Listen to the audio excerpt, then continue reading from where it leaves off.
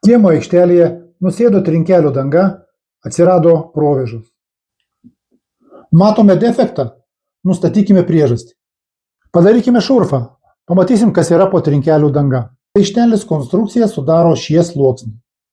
Trinkelis 5 cm, smėlio pasluoksnis 6 cm, statybos atliekų ir molingo grunto mišinys 10 cm, molingo grunto sluoksnis 12 cm, žemiau nejudintas molio pagrindas.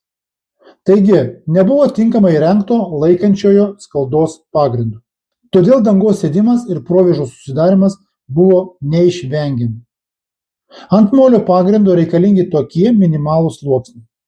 12 cm skaldos ar žvyro sluoksnis, 10 cm apsauginis šalčiui atsparus sluoksnis iš smėlio, žvyro ar skaldos. Šie sluoksniai turi būti tinkamai sutankinti. Po trinkelėmis turi būti įrengtas ne storesnis kaip 35 mm smėlių arba acijų sluoksnis. Tai yra minimalūs galimi sluoksnių storiai, bet ne konkrečios rekomendacijos.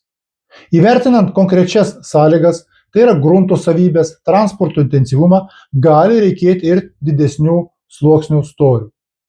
Siekiant ištaisyti defektus, reikia nuimti trinkelių dangą, pašalinti netinkamai įrengtus pagrindo sluoksnius, įrengti naujus pagrindo sluoksnius ir atstatyti trinkelių dangą.